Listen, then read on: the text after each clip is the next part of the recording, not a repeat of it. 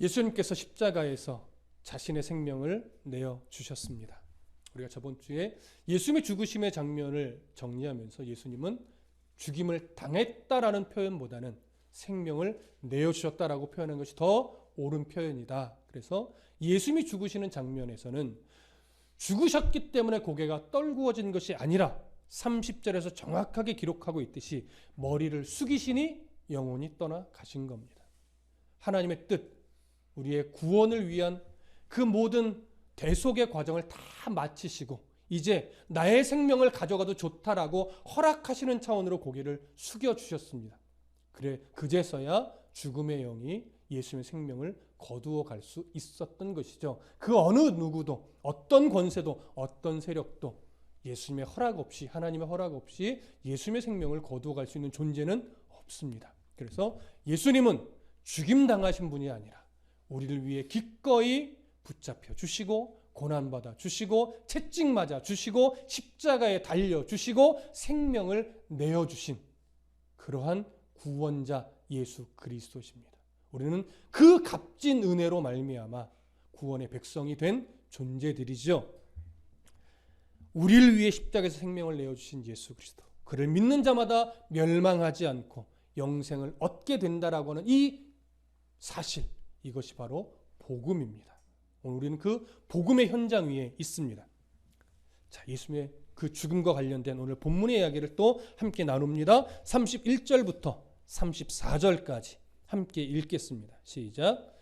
이날은 준비일이라 유대인들은 그 안식일이 큰 날이므로 그 안식일에 시체를 십자가에 두지 아니하려 하여 빌라도에게 그들의 다리를 꺾어 시체를 치워달라 하니 군인들이 가서 예수와 함께 못 박힌 첫째 사람과 또 그 다른 사람의 다리를 꺾고 예수께 이르러서는 이미 죽으신 것을 보고 다리를 꺾지 아니하고 그중 한 군인이 창으로 옆구리를 찌르니 곧 피와 물이 나오더라. 자, 예수님께서는 로마 시간을 기준으로 본다면 오후 3시경에 숨을 거두셨습니다. 이 얘기는 이제 예수님이 죽으신 오후 3시를 기점으로 해서 앞으로 3시간 정도만 지나면 로마 시간으로 오후 6시에 유대인의 입장에서는 무슨 날이 시작이 돼요? 안식일이 시작이 됩니다. 안식일에는 그 어떤 일도 할 수 없고 시체를 장사 지낼 수도 없습니다. 그러니까 예수님이 죽으셨고 이제 예수님의 장사를 치르려면 겨우 3시간 안쪽밖에 남지 않은 거예요. 그 사이에 예수님의 시신을 내려야 되고 또 세마포로 감싸야 되고 또 향품을 넣어야 되고 또 무덤까지 모시고 가서 안치해야 되고 문을 닫아야 되고 이 과정이 3시간 안에 넓게 길게 봐서 3시간이죠. 이래저래 시간들을 빼면 정말 얼마 없는 참으로 부족한 시간입니다. 그런데 오늘 본문은요 31절에서 이렇게 말합니다. 이 날은 무슨 날이다? 준비일이다. 준비일이라는 건 뭡니까? 아직 안식일이 되지 않았다는 얘기예요. 제가 좀 전에 설명드렸지만 안식일이 되려면 대략 지금 몇 시간 정도 남아있어요? 3시간 정도가 남아있어요. 그래서 아직은 안식일이 시작되기 전날인 바로 안식일의 준비일이라는 표현을 이렇게 한 겁니다. 근데 긴급하게 겨우 3시간밖에 남지 않았음이 오늘 이 31절 이날은 준비일이라 이 표현 안에 지금 들어있는 겁니다.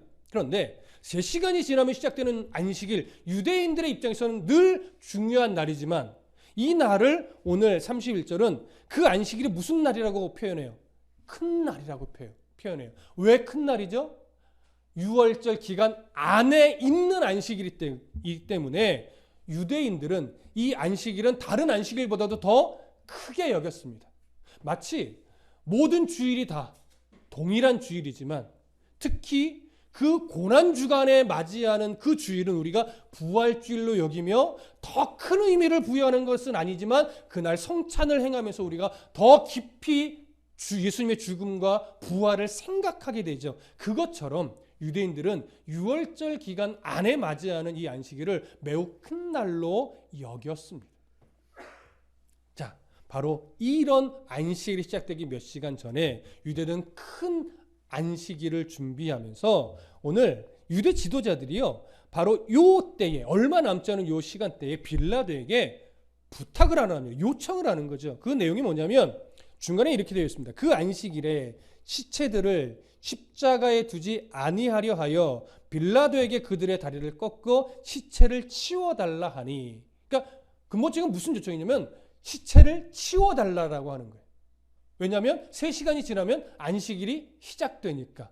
그러면 유대 지도자들은 왜 빌라도에게 그 죄인들의 시체를 빨리 치워달라고 요청을 했느냐? 이것은 종교적인 이유입니다. 어디를 좀 찾아보시냐면 신명기 21장으로 한번 가보겠습니다. 구약성경 신명기, 민수기 다음 신명기 21장으로 갑니다. 신명기 21장 22절과 23절입니다. 신명기 21장 22절과 23절, 제 성경책으로는 구약성경 295쪽입니다. 신명기 21장 22절과 23절 찾으셨으면 함께 읽겠습니다. 시작.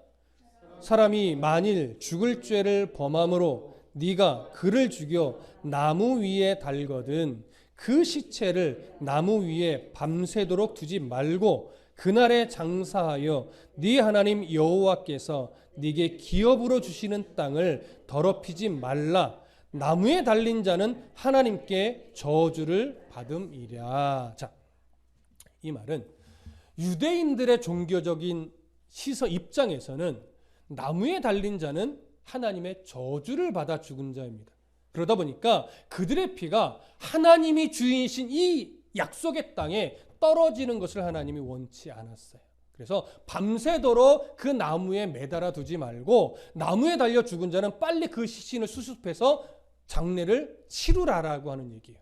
그러나 이 풍습은요, 로마인들의 풍습과는 좀 다릅니다. 로마인들은 십자가에서 처형당한 자들에 한해서는 그들은 대부분 다 정치범이고 반란을 주도한 이런 유의 죄수들이기 때문에 경고로 삼기 위해서 오랜 시간 그냥 그 십자가의 시신을 방치해요. 그래서 새가 쪼아먹고 말라 비틀어지고 그 피가 흥건하게 십자가 바닥에 다 떨어지도록, 그리고 모든 사람이 그것을 보면서 다시는 우리는 절대 저런 짓을 하면 안 되겠다, 저렇게 무서운 형벌을 받아서는 안 되겠다, 이런 공포심을 느끼도록 십자가에서 죽은 죄수들을 그냥 놔둡니다. 오랜 시간. 그러니 유대인들의 습관과는 뭐예요? 충돌이 일어나죠. 그렇기 때문에 또 다음 날이, 유대인들의 입장에서 다음 날이 더군다나 무슨 날이에요? 안식일이에요. 나무에 밤새도록 두는 것도 이 신명기의 말씀과 충돌이 일어나는데 다음 날이 또 안식일이니까 이건 더 안 되는 거예요. 유대 지도자들의 입장에서는. 그래서 이 신명기의 말씀을 근거로 해서 빌라도에게 당신이, 로마는 그래도 우리들의 종교를 인정하고 있으니 우리들의 종교의 관습대로 이 십자가에 달린 죄수들을 빨리 시신을 수습하게 허락해줘라, 이 요청을 한 겁니다. 죄패에 달린 내용은 바꿔주지 않았지만 이 부분은 그들의 종교적 관습의 문제이기 때문에 빌라도가 허락을 한 것으로 여겨집니다. 그런데 이 요청을 할 때 유대 지도자들이 한 가지를 더 요청을 해요.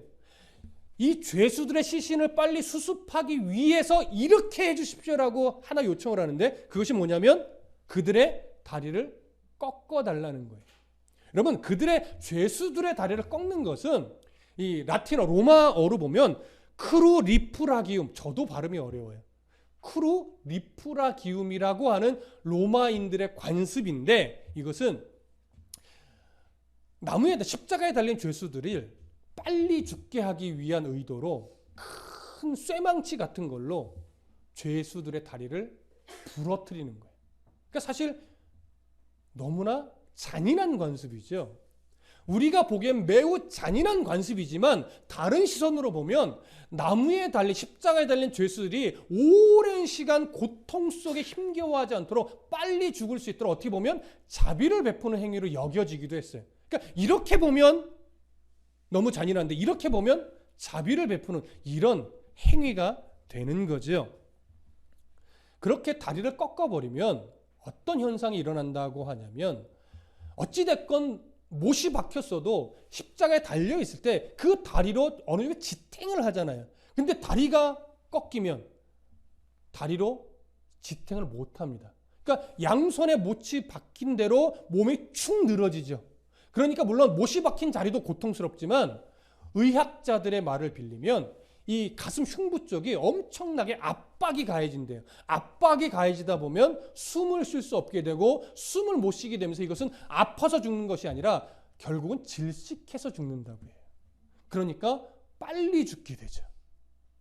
그래서 어떻게 보면 참 잔인한데 빨리 죽게끔 더 오랜 시간 고통을 겪지 않도록 해주는 또 자비로 여겨지기도 했다는 것이 이해가 됩니다. 그러면 여러분 이제 한 가지 생각해 보셔야 돼요. 유대 지도자들이 이런 요청을 다리를 꺾어서 빨리 죽게 해 줌으로 말미암아 빨리 시체를 치울 수 있게 해 주십시오라고 하는 이 요청이 1차적으로는 분명 신명기에 기록된 그 말씀을 근거로 할 거예요. 그러니까 종교적인 이유로 이 요청을 한 건데 그 이면에는 유대 지도자들이 이런 요청을 하는 이면에는 어떤 의도가 깔려 있을까요? 예수님을 확실하게 죽게 하고픈 거예요. 그러니까 조금이라도 살아날 가능성을 다 제거하는 거죠. 왜? 예수님의 다리도 그 쇠망치로 부서뜨려 버리면 예수님은 더 이상 요만큼의 살아날 가능성도 없어지는 거예요. 그래서 사실은 그런 의도를 가지고 종교적인 포장으로 이 요청을 유대 지도자들이 합니다. 빌라도는 이것이 그들의 종교 관습으로 인한 요청으로 이해를 하고 허락을 하죠. 그랬더니 로마 병사들이 군사들이 그 무시무시한 쇠망치를 들고 3명의 말하자면 그들의 시선에서는 죄수들에게 가는데 예수님에게 먼저 가지 않고 누구에게 먼저 갔어요?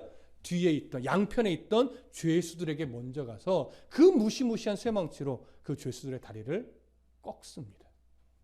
그러니 이제 이 두 죄수들은 금방 죽죠.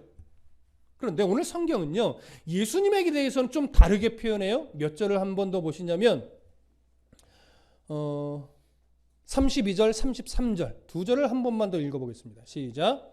군인들이 가서 예수와 함께 못 박힌 첫째 사람과 또 그 다른 사람의 다리를 꺾고 예수께 이르러서는 이미 죽으신 것을 보고 다리를 꺾지 아니하고. 예수님의 다리는 꺾었습니까? 꺾지 않았습니까? 꺾지 않았어요. 그 이유를 뭐라고 증언해요? 그 군사들이 보니까 예수님이 이미 죽은 거예요. 오늘 33절에서 이미 그 죽으신 것을 보고라고 할 때 이 보다라고 하는 단어는요, 대충 본다는 단어가 아니에요. 세밀하게 관찰하여 보는 의미의 단어입니다. 세밀하게 관찰하여 봤다는 것은 이 로마 병사들, 특히 십자가형을 수행하는 이 로마 병사들은요, 죄수들이 십자가에서 기절한 건지 아니면 진짜 죽은 건지 분별할 수 있을까요? 없을까요? 충분히 분별할 수 있는 전문가들입니다. 그래서 이들이 딱 보니까 예수님은 기절한 게 아니라 뭐 한 거예요?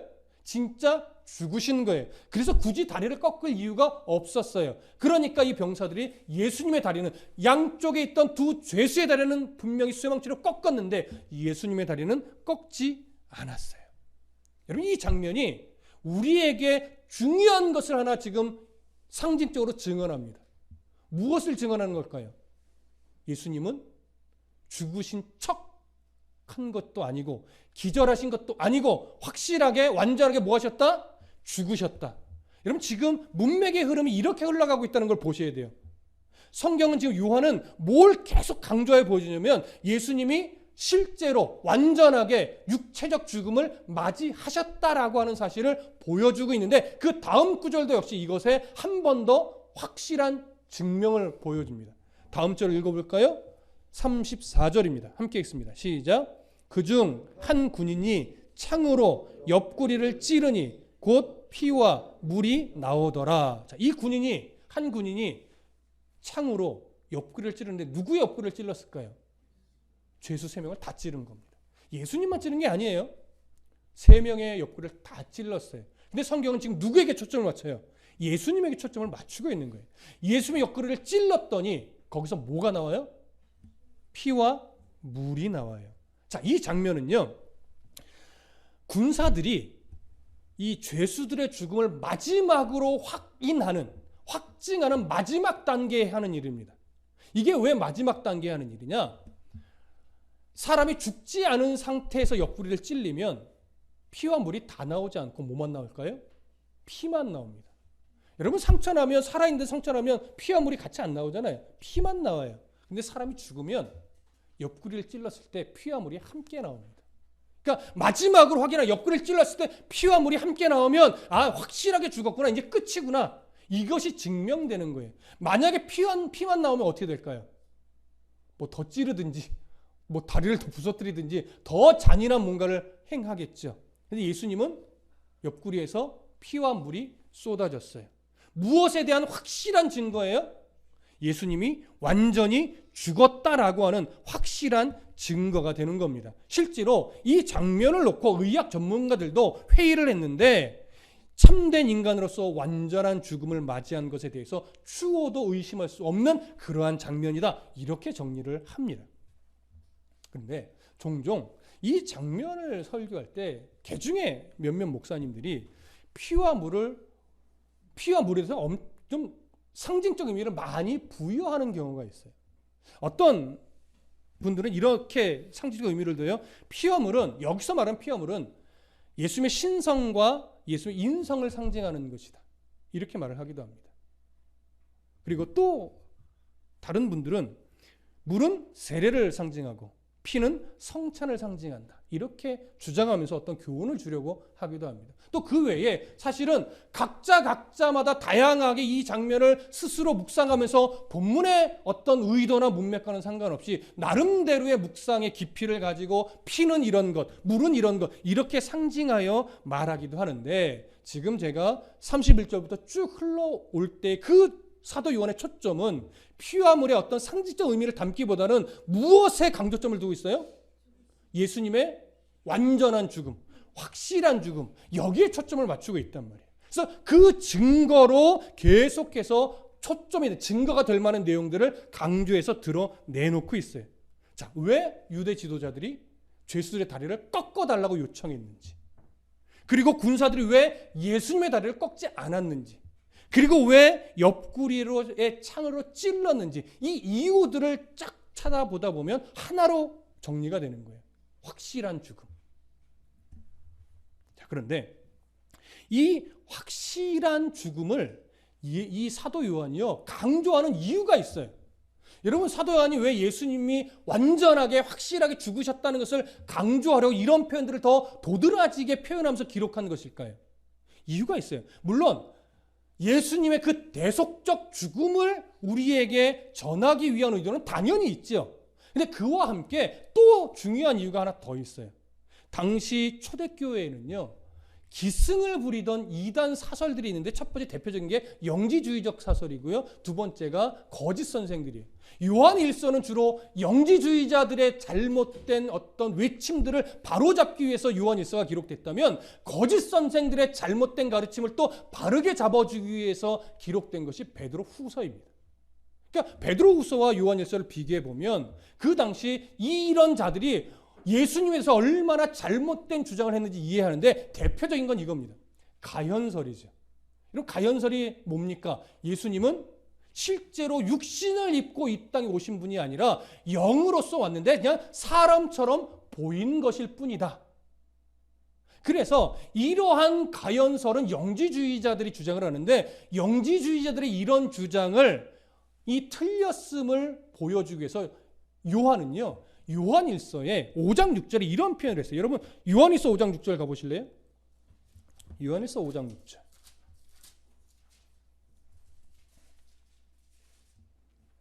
요한 1서 5장 6절. 함께 읽어봅니다. 시작. 이는 물과 피로 임하신 이시니 곧 예수 그리스도시라. 물로만 아니요 물과 피로 임하셨고 증언하는 이는 성령이시니 성령은 진리니라. 굳이 물과 피의 어떤 상징적 의미를 부여한다면 요한 1서 5장 6절과 매칭을 시킬 수 있겠지만 사실 강조점은 좀 달라요.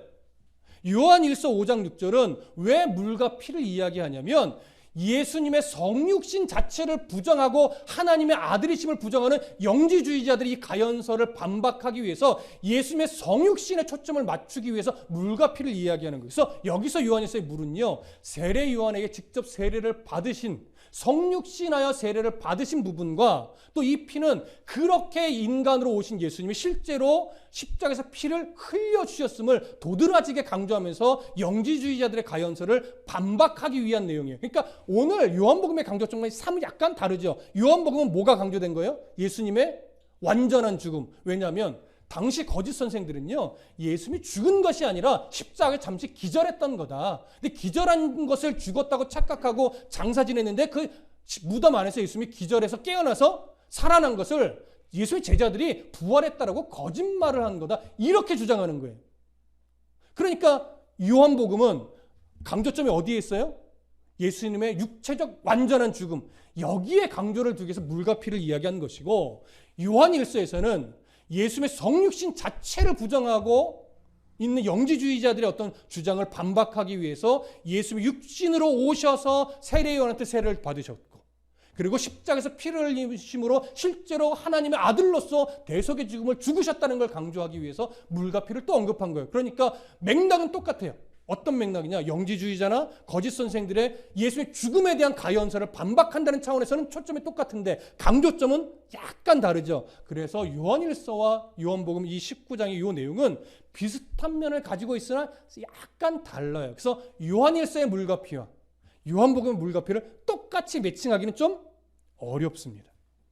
자, 여러분 이해되셨죠? 그래서 예수님은 십자가에서 기절하신 분도 아니고 영으로 오셔서 사람처럼 보여서 실제로 죽지 않으셨다라고 하는 그런 주장도 틀린 거죠. 예수님은 인간으로 이 땅에 성육신하셨고 우리를 위해 친히 공생의 삶을 사셨고 고난받으셨고 십자가에 못 박혀서 완전한 대속의 죽음을 죽으셨습니다. 그래서 오늘 이 34절에 창으로 옆구리를 찌르니 곧 피와 물이 나오더라. 이 표현은 예수님, 인간으로서의 예수님이 우리의 죄를 끌어안고 희생 제물의 자격으로 완전하게 죽으셨다. 유대의 제사의 법처럼 어린 양으로서 완전하게 죽으셨다. 이것을 강조하고 있는 표현이라는 거 여러분 꼭 기억하시기를 부탁드립니다. 이제 35절 함께 읽겠습니다. 시작.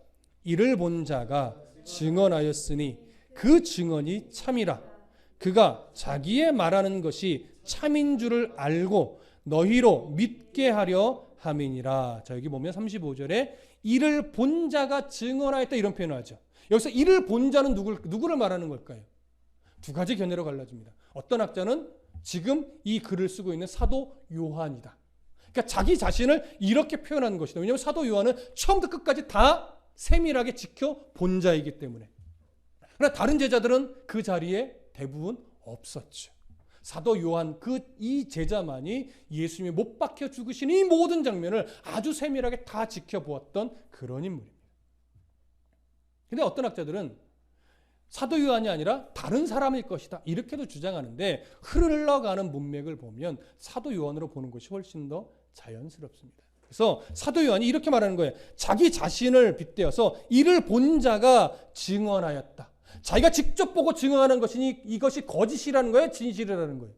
진실이라는 거죠. 그러면서 그 증언이 참이라. 그가 자기의 말하는 것이 참인 줄을 알고 너희로 믿게 하려 함이라. 뭘 믿게 하려는 거예요? 예수님이 참 인간이시지만 참 하나님으로서 대속의 죽음으로 십자가에서 완전하게 죽으셨다라는 이 사실을 내가 본 자로서 증언한다. 그래서 이 사실을 너희들이 뭐 해야 된다? 믿게 하려고 내가 증언하는 것이다. 이 얘기를 하는 거죠.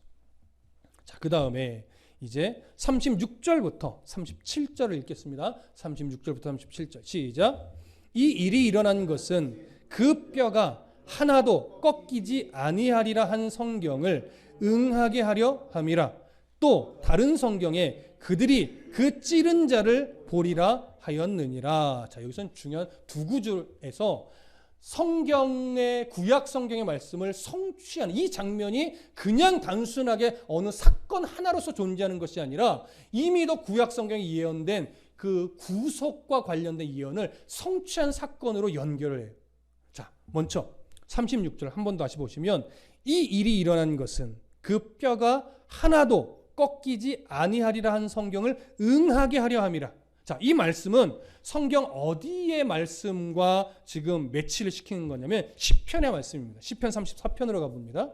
구약 성경 시편 34편 19절부터 20절까지. 구약 성경 34편 19절부터 20절까지 찾으셨으면 함께 읽습니다. 시작. 의인은 고난이 많으나 여호와께서 그의 모든 고난에서 건지시는도다. 그의 모든 뼈를 보호하심이요 그 중에서 하나도 꺾이지 아니하도다. 자, 여기 보시면 그의 모든 뼈를 보호하시며 그 중에서 하나도 뭐한대요? 꺾이지 아니한대요. 자, 이 구절과 한 구절을 더 보셔야 돼요. 어디로 보시면 출애굽기 12장으로 가봅니다. 구약 성경 출애굽기 12장. 구약 성경 출애굽기 12장 46절.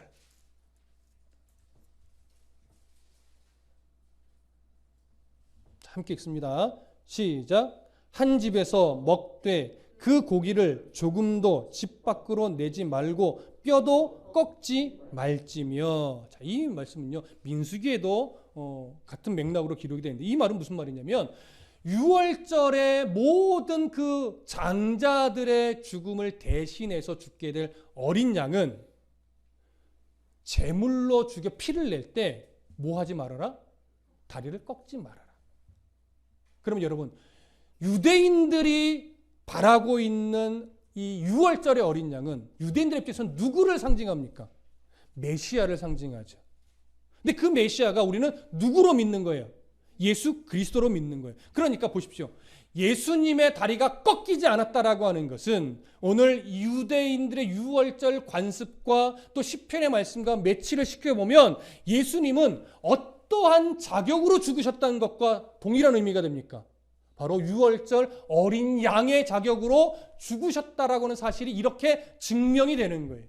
그렇게 예수님이 어린 양으로 죽으셨다는 것은 그가 십자가에 달려 죽으신 이것이 하나님이 보실 때는 우리의 모든 인류의 죄를 대속하는 희생 제사, 속죄 제사로서의 모습을 가지고 있다라고 하는 것이고 그 속죄 제사로서의 십자가의 죽음에서 예수님은 모든 인류의 죄를 끌어안으신 세례 요한이 예수님 앞에서 보라 세상 죄를 지고 가는 하나님의 어린 양이로다 했던 이 말씀이 십자가에서 성취된 것으로서 예수님은 다리가 꺾이지 않으신 대속 제물, 희생 제물로 죽으셨음이 바로 이 36절에서 증언되는 겁니다. 증명된 겁니다. 그래서 성경의 성취 이것이 그래서 강조한 것입니다. 자, 또 두 번째 구절을 보시면 37절 한 번만 더 읽을게요. 시작. 또 다른 성경에 그들이 그 찌른 자를 보리라 하였느니라. 자, 이 말은 스가랴 12장 10절의 말씀인데 이건 제가 읽어드릴게요. 내가 다윗의 집과 예루살렘 주민에게 은총과 간구하는 심령을 부어주리니 그들이 그 찌른 바 그를 바라보고 그를 위하여 애통하기를 독자를 위하여 애통하듯 하며 그를 위하여 통곡하기를 장자를 위하여 통곡하듯 하리로다. 이런 말씀인데 여기 보면 그들이 그 찌른 바 그를 본다라는 표현이 있어요. 이것은 오늘 37절에서 어떻게 증명되는 거냐면 37절에 그 다른 성경에 그들이 그 찌른 자를 보리라 할 때 여기서 첫 번째로 등장한 그들이 누구를 말하는 걸까요? 여기서 말하는 그들 바로 예수님을 찌른 로마 군사들이죠. 또 이면에는 이런 것도 있어요. 예수님을 십자가에 못 박게 하도록 모사를 꾸민 유대 지도자들도 한 면으로는 해당이 됩니다. 그들이 누구를 본 거예요? 병사들에 의해 예수님을 찌른 그 예수님을 이들이 본 거예요. 그래서 그 다음에 그 찌른 자를 보리라 할 때 여기서 그 찌른 자는 바로 자기들이 찌른 예수 그리스도를 본 거죠. 그러면 이제 보십시오. 이 로마 군사들이 또 유대 지도자들이 창에 찔린 예수님을 봤어요. 그럼 창에 찔린 예수님을 봤다라고 하는 것은 창으로 찌르는 장면을 봤다라고 하는 것에 강조점이 있는 걸까요? 그 찌르고 나서 그 옆구리에서 흘러내린 물과 피를 봤다는 걸까요? 물과 피를 봤다는 것에 강조점이 있는 거예요. 물과 피를 봤다라고 하는 것은 뭐냐면 그들이 예수님을 찌르고 그 허리에서 옆구리에서 나온 물과 피를 보면서 완전하게 죽으셨구나. 어린 양으로서 그들이 어린 양이라고 생각한 건 아니지만 어린 양으로서 죽으신 예수 그리스도께서 완전하게 죽으셨구나를 이들이 뭐 한 거예요? 증인으로서의 역할을 한다는 얘기죠. 그러니까 지금 37절까지 사도 요한은 계속해서 뭘 강조해 가고 있어요? 완전한 죽음. 어린 양으로서, 희생 제물로서, 우리의 모든 죄를 끌어안고 죽으신 희생 제물로서 완전히 죽으셨다는 사실을 계속해서 강조하고 있는 거예요. 여러분 이해되십니까? 바로 이런 은혜가 우리에게 주어진 은혜란 말이에요. 값없이 받은 은혜가 아니에요. 엄청난 대가를 예수님이 지불해 주시고 그 은혜를 우리가 공짜로 받았을 뿐이죠. 여러분 이해되십니까? 그래서 이 부활주일에 예수님의 십자가의 죽음은 강조하고 또 강조해도 지나침이 없는 겁니다. 그런데 그 다음에 이제 38절 이후에서는 또 중요한 것 하나를 강조하면서 본문이 흘러가요. 이제 뭐가 강조될지 한번 또 살펴보십시다.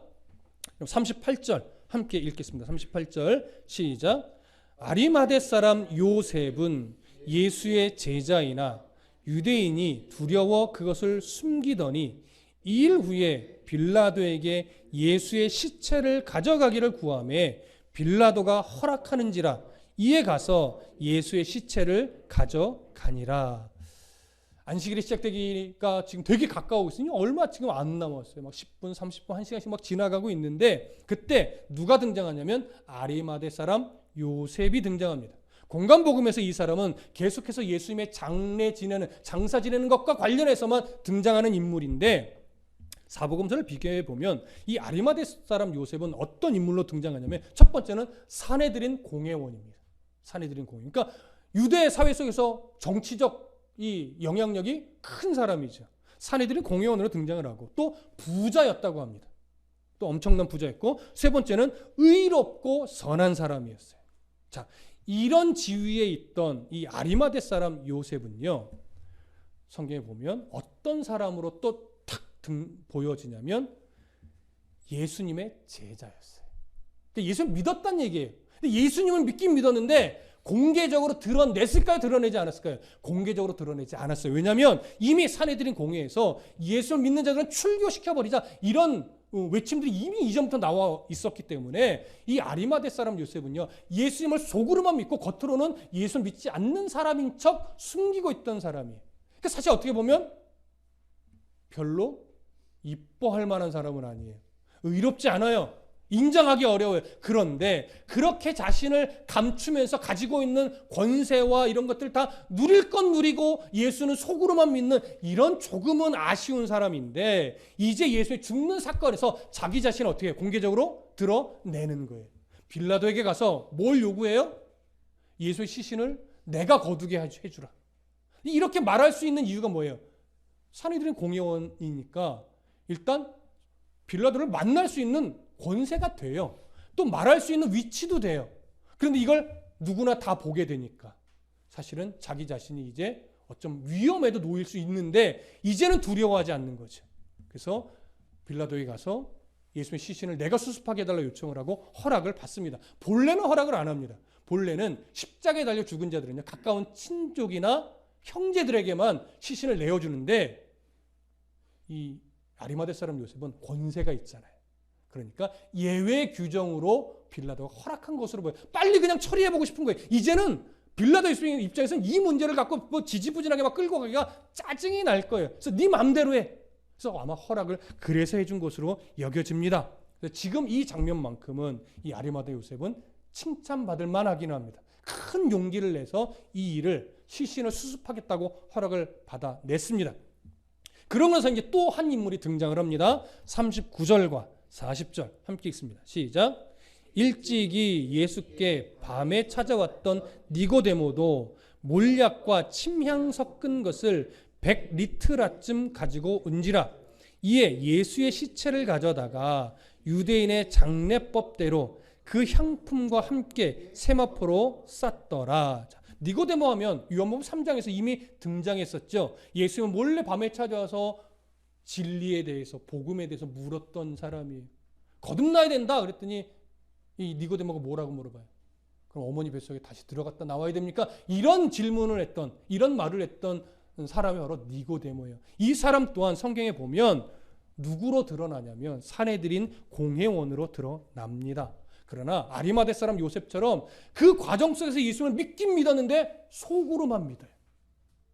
그러니까 이 니고데모도 자신이 예수를 믿는다는 걸 감추고 있던 사람이죠. 그런데 지금은 이제 용기를 내서 드러냅니다. 아리마대 사람 요셉처럼 드러내는데, 아리마대 사람 요셉이 예수의 시신을 수습했다면 이 니고데모는 예수님의 장례를 치를 여러 도구들을 준비해 와요. 그 도구에 대해서 오늘 본문은 이렇게 말합니다. 몰약과 침향 섞은 것을 100리트라처럼 가지고 온지라. 자, 몰약. 여러분, 몰약이 뭡니까? 본래는 이집트 사람들이 미이라를 만들려고 시신에 방부 처리를 하기 위해서 액체로 된 방부제로 사용하던 것이 몰약입니다. 근데 유대인들은요, 미이라를 만들지 않거든요. 그러다 보니까 이 액체로 된 몰약을 가루로 만들어서 방부제라기보다는 방향제로 쓰던 것이 바로 몰약이에요. 장례식 때. 그러면 여기 몰약과 함께 말하는 또 침향은 뭐냐? 이 침향은요, 장례식 때 쓰는 것이 아니라 어떤 그 좋은 일에, 결혼식이라든가 또 침실에 좋은 향을 내기 위해서 사용하던 이것도 방향제예요. 그래서 침향이라고 하는데, 이런 방향제인데 이것을 섞어서 갖고 왔어요. 그럼 예수님의 시신을 어떻게 하려는 걸까요? 방부 처리하려고 하는 것이 아니라 예수의 시신에 시체가 썩는 냄새를 맡고 좀 좋은 향이 나도록 처리하기 위해서 유대인들이 대부분 사용하듯이 이 니고데모도 몰약과 침향을 섞어서 갖고 온 거예요. 가루로. 근데 그 양이 놀랍습니다. 여러분, 오늘 그 양을 100리트라라고 하는, 이 100리트라라는 양은요, 적게 보면 한 35kg, 많이 보면 45kg 정도의 양이에요. 그러니까 적지 않아요. 일반 사람은요, 이만큼 사용하지 않습니다. 이 양은 누구의 장례식에나 쓰는 거냐면 왕의 장례식에나 이런 양을 써요. 그러면 이 니고데모나 또 요셉이 예수님을 어떤 의미에서 장례를 치르려고 이 많은 양을 가지고 왔는지는 알 수 없지만, 의미상, 우리가 바라보는 의미상으로는 이 예수님의 죽음은 어떤 죽음이라고 우리가 이해할 수 있습니까? 왕으로서의 죽음이죠. 왕적 죽음이 되신 거예요. 그래서 이 많은 양을 이들은 예수님을 왕으로 모시면서 왕의 장례식을 치르듯이 세마포로 온몸을 감싸고 그 사이사이마다 이 향품을 집어넣어서 마치 왕으로서 왕의 죽음으로 이들이 장례를 치르는 이런 모습을 보게 됩니다. 그러면 잘 보세요. 31절부터 이 40절까지 강조되는 게 크게 보면 두 가지예요. 뭘까요? 예수님의 완전한 죽음, 희생 제물로서 완전한 죽음 하나가 강조되고, 또 하나는 뭐예요? 예수님은 죄인으로서 죽은 자가 아니라 온 우주 만물의 왕으로서 죽은 자다. 그 왕이신 예수님이 우리를 위해 성육신하여 희생 제물로서 죽어 주신 것이라는 사실이 이 본문 안에 두 가지가 강조되고 있는 것을 우리가 볼 수 있는 거죠. 무슨 말씀 이해되십니까? 그러면서 이제 마지막 구절까지 읽고 우리가 정리를 합니다. 41절, 42절 함께 읽겠습니다. 시작. 예수께서 십자가에 못 박히신 곳에 동산이 있고 동산 안에 아직 사람을 장사한 일이 없는 새 무덤이 있는지라.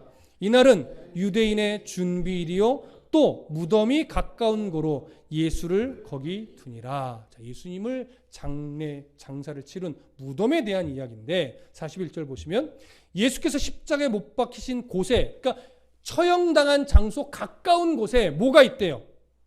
동산이 있대요. 근데 그 동산 안에 뭐가 있는 거예요? 무덤이 있는 거예요. 큰 바위에 옆으로 구멍을 내고 거기 입구를 막은 큰 돌을 깎아서 준비해 놓은 동굴 무덤이 있는 건데, 그 무덤이 어디에 있냐면 예루살렘 예수님 처형당하신 곳 가까운 곳에 한 동산 안에 있대요. 근데 이 동산이요, 이 헬라어로 무슨 단어를 썼냐면 케포스라는 단어를 썼어요. 여러분, 케포스 우리가 어디서 나누어 썼죠? 이걸 기억하신다면 참 놀랍습니다. 겟세만의 동산을 언급할 때 그 동산과 똑같은 단어예요. 그래서 우리가 겟세만의 동산은 개인 벽으로 둘러쳐진 개인 정원이라고 말씀드렸죠. 그래서 개인 정원 안에 누군가 제공을 해서 예수님이 그곳에 홀로 한적하게 가서 기도했던 곳인데, 그냥 동산이 아니라 개인 정원입니다. 개인 정원. 그렇다면 지금 이 무덤도 개인 정원 안에 만들어진 무덤이에요. 근데 제가 아까 아리마대 요셉이 사내들인 공회원이면서 또 뭐라고 그랬죠? 부자였다고 했어요. 이 사람이 자기 죽으면 사용하려고 동산 정원을 하나 크게 사서 만들고 그 안에 바위에 굴을 파서 자기가 묻히기 위해서 무덤을 하나 만들어 놓은 거예요. 아무도 아직 쓰지 않았던 무덤입니다. 근데 왜 이 무덤을 선택했냐면 어디서 가까우니까? 사형장에서 가까우니까. 3시간 안에 예수님의 모든 장례를 마치려면 멀면 이미 늦어요. 그래서 가장 가까운 곳에 이 무덤이 본인이 갖고 있으니까 그럼 빨리 예수님의 장례를 내가 사용하려고 준비해둔 이 무덤에 예수님의 장례를 치르십시다. 이렇게 해서 자기 것을 제공한 거죠. 그렇게 돼서 예수님은 안식일이 되기 전에 무사히 장례를 치르고 그 무덤에 안치가 된 겁니다. 오늘 요한복음엔 기록이 되지 있지 않지만 마태복음을 보면 이렇게 예수님이 그 무덤 안에 안치가 되자 이 대제사장들과 바리새인들이 빌라도에게 또 하나를 찾아가서 요청을 하는데 뭐냐면 로마 군사를 보냈어요. 예수님의 시신을 뭐 해달라? 지켜달라. 왜냐면 제자들이 훔쳐가서 부활했다라고 거짓을 고할 수도 있으니 지켜달라 이 요청까지 한 거예요. 사실은 나중에 우리가 기회되면 살펴보겠지만 이 요청이 오히려 예수님의 부활을 증거하는 도구가 되기도 했지요. 자, 그렇다면 오늘 본문은 이렇게 예수님이 아리마대 요셉의 자기가 묻히려고 만든 새 무덤에 안치가 되었음까지 기록을 했는데 이제 오늘은 우리가 부활주일입니다. 그러다 보니까 여기서 우리가 오늘 2가지를 한 번 더 정리하고 마칠 거예요. 그 2가지가 뭐냐? 바로 예수님의 죽음이 갖고 있는 의미예요. 그리고 다음 주에 나누게 되겠지만 예수님의 부활이 가지고 있는 의미예요. 자, 예수님은 일단 무슨 자격으로 죽으셨다고요? 희생 제물의 자격. 속죄 제물의 자격인데 모든 인류의 지나간 세대부터 그 당시 세대와 오고 오는 모든 세대의 죄를 하나님의 백성들의 죄를 끌어안고 희생제물로 대신 죽은 거예요. 본래는 누가 죽어야 돼요? 우리 각자가 죽어야 돼요. 율법의 정죄를 받아서 아담 이후에 죄의 올무 잡힌 자로 태어난 우리 모두가 죽었어야 되는데 그것을 예수님이 다 끌어안고 대신 죽으신 거죠. 유대인들의 제사법에 의한 속죄 제사와 동일한 맥락을 가지고 죽으신 겁니다. 그렇다면 그렇게 죽으신 예수님은 왜 부활하셔야만 했습니까? 여러분 이거 부활주일마다 반복되는 이야기. 물론 중간중간 설교할 때도 반복이 되지만 정확하게 알고 계셔야 됩니다. 굳이 예수님이 부활하셔야 될 이유가 뭡니까? 유대인들의 제사법과 연결이 되어 있죠. 자, 유대인들은요 속죄 제사를 드리고 나서 희생의 그 피를 가지고 누가 지성소 안으로 들어가요? 대제사장이 그 속죄의 피를 들고 지성소 안으로 들어가는데 들어갈 때 2가지를 꼭 하고 들어가야 됩니다. 옷깃에 방울을 달죠. 발목에는 긴 줄을 묶어요. 왜냐하면 지성소 안에는요 일반 제사장은 못 들어갑니다. 유일하게 한 사람 대제사장만 들어가는데 들어가서 그 피를 속죄소에 붓고 속죄 행위를 하며 하나님 앞에 속죄가 되었음을 확인하는 과정에서 제물을 바친 자가 점과 흠이 있거나 속죄의 온전함이 없으면 그 제사를 진행한 대제사장이 죽어요. 죽으면 어떻게 돼요? 속죄가 이루어진 거예요? 이루어지지 않은 거예요? 이루어지지 않은 거죠. 그렇게 되면 지성소 안에서 방울 소리가 들릴까요? 안 들릴까요? 안 들려요. 방울 소리가 한동안 안 들린다는 얘기는 이 속죄 제사가 성취되지 못한 거예요. 그런데 아무도 못 들어가니까 대제사장의 시신을 꺼내려면 밖에서 그 줄을 잡아당기는 수밖에 없는 거죠. 그런데 방울소리가 계속해서 나고 속죄 제사를 마치고 그 지성소 밖을 대제사장이 무사히 살아서 나온다면 무엇이 증명되는 겁니까? 속죄가 되었다. 하나님이 그 속죄를 받으셨다. 그러니까 그들은 감사함으로 안심하고 또 한 해를 살아갈 수 있게 되는 거죠. 예수님이 죽으신 것으로 끝나셨다면 우리들의 죄가 속죄되었음이 증명되지 않습니다. 예수님이 부활하셨기 때문에 예수님은 대제사장의 자격으로 이제는 부활하셔서 죽음의 권세를 깨고 살아나셨어요. 그 살아나신 예수님은 바로 무엇에 대한 증거냐면 오고 오는 세대까지 과거부터 그 당시 현재 또 오늘에 이르기까지 모든 하나님의 백성들의 죄가 말갛게 씻겨졌음에 대한 증거가 되는 겁니다. 우리의 구원의 확신은 어디 있냐면 나는 믿어 여기 있는 것이 아니라 우리의 죄를 끌어안고 죽으신 예수님, 그리고 그 죄를 해결하고 다시 살아나신 대제사장으로서 예수님, 이 사실이 내가 부인되지 않고 믿어지는 것, 이 믿어지는 것 여러분 아무나 되는 일이 아닙니다. 이게 믿으라 한다고 믿을 수 있는 것도 아닙니다. 그런데 구원은 선물이라고 하는 것처럼 내 안에 이것이 부정되지 않고 이것이 믿어지는 거예요. 이건 기적입니다. 내가 그 사실을 믿고 있다면 그것만큼 확실한 구원의 확신은 없는 거예요. 바로 예수의 죽음은 나의 죄를 대속하는 죽음이며 그의 부활은 내 죄가 말갛게 씻겨졌고 용서받았음에 대한 증거가 되는 거죠. 오늘 우리는 그 사실을 기뻐하고 함께 서로 축복하며 당신이 나나 바로 이런 구원의 이런 은혜로 구원의 백성이 된 것입니다를 교제하는 그런 날이 바로 부활주일이에요. 그러니까 부활주일은 부활의 주님을 높이기만 하는 날이 아니라 그 은혜를 함께 받은 자로서 성도가 서로 함께 성찬을 나누며 믿음의 영적 교제를 나누는 날이 바로 부활주일인 거죠. 이렇게 우리는 우리를 위해 죽으시고 우리를 위해 부활하신 예수 그리스도, 그분의 모습을 오늘 본문을 통해서 확인했습니다. 이 믿음이 절대 어떤 환경에도 흔들리지 마시고 이제는 더 부활의 주님 그 은혜를 가슴에 담고 더 하나님의 뜻대로 살아가기 위해 몸부림치는 그런 성도의 삶이 되시기를 간절히 소망하고 축복합니다. 기도하겠습니다.